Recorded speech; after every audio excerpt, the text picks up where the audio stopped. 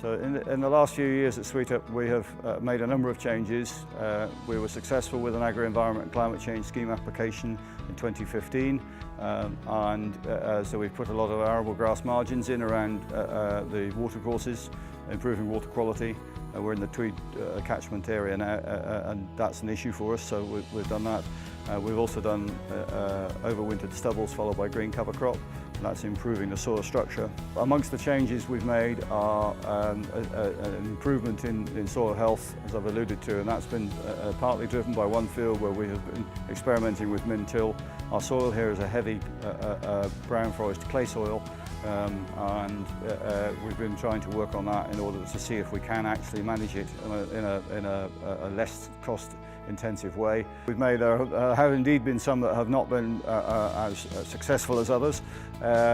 Trying to organise and min-till spring barley in as a crop in the spring on heavy soils, needing to wait for the soil to be dried out enough to be able to work it, but not too much so that it stays dry and the crop doesn't germinate, has been a real challenge.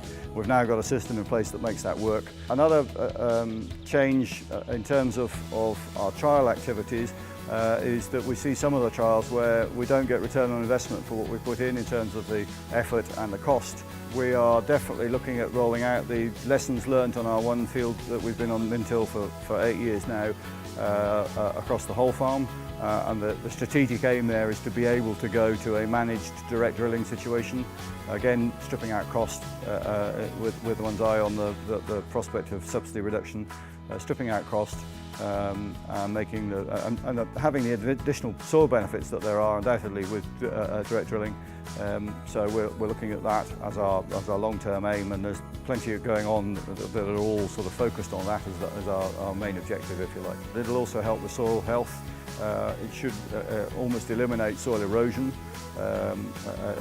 With our chaotic weather patterns, that's an important issue for me. So we're looking at it not just for a cost benefit, but from an environmental benefit as well. I'm a firm believer in that if you don't make change, you can't expect things to get better.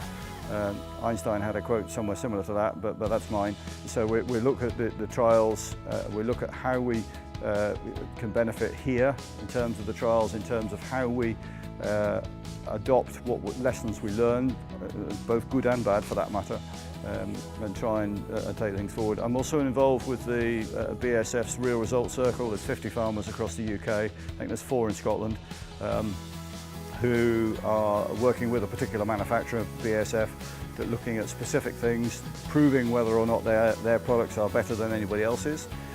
But also the networking benefit that brings in terms of peer-to-peer learning and things. Indeed, before the ban actually took place, our trial this year with BSF is all about living without chlorothalonil. That has now been withdrawn, the effective withdrawal date's June next year. But we've got a trial in place this year which will show us a number of different options for trying to grow crops without our cornerstone of the fungicide programme. Looking at the main challenges that we faced over the last 2 or 3 years, I guess probably B word Brexit is the obvious one. The level of bureaucracy that we face, and C there would be for climate change and the chaotic weather patterns that we seem to be getting. We're constantly having to be reactionary to the way we farm and what we do. We're not really getting much of an opportunity to be on the front foot and being proactive, and that's reactionary is always a challenge. Being behind the gain line instead of in front of it, it makes life difficult. It makes it interesting, but it makes life difficult too. The things that we have planned at the moment are to roll out the lessons learned in our trials and yield enhancement network activity. We're looking for those small little 1% gains, part percent gains to build them up. We want to increase the amount of bed and breakfast livestock that we do over the winter months, and that's obviously generating muck for us. We don't have our own cattle, so with summer grazing and bed and breakfast livestock, the more we can do with that, the more muck we generate, the better we are, the more resilient we will be.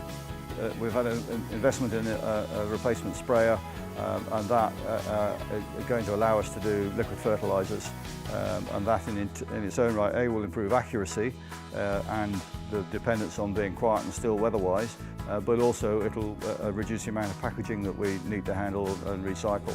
Yeah, there's a gain there in terms of environmental gain from that point of view as well.